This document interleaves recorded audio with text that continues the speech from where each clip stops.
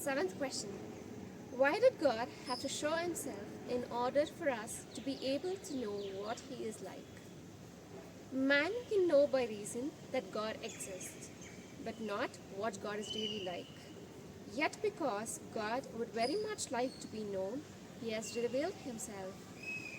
God did not have to reveal himself to us, but he did it out of love.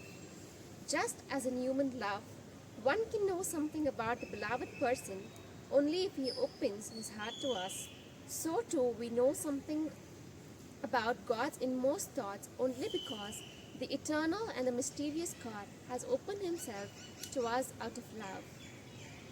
From creation on, through the patriarchs and the prophets, down to the definitive revelation in his Son Jesus Christ, God has spoken again and again to the mankind. In him, he has poured out his heart to us and made his inmost being visible for us. Question 8. How does God reveal himself in the Old Testament? God shows himself in the Old Testament as God who created the world out of love and remains faithful to men even when they have fallen away from him into sin. God makes it possible to experience him in history.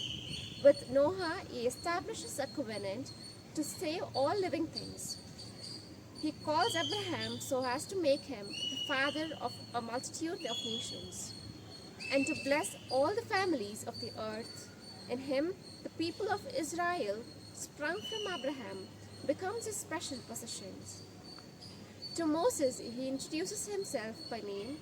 His mysterious name, Yahweh, usually transcribed Yahweh, means I am who I am.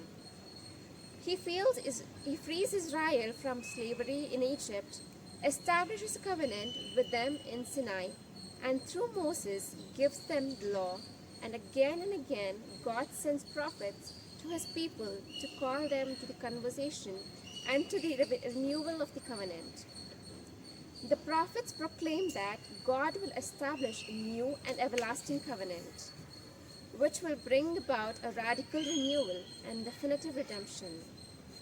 This covenant will be open to all human beings.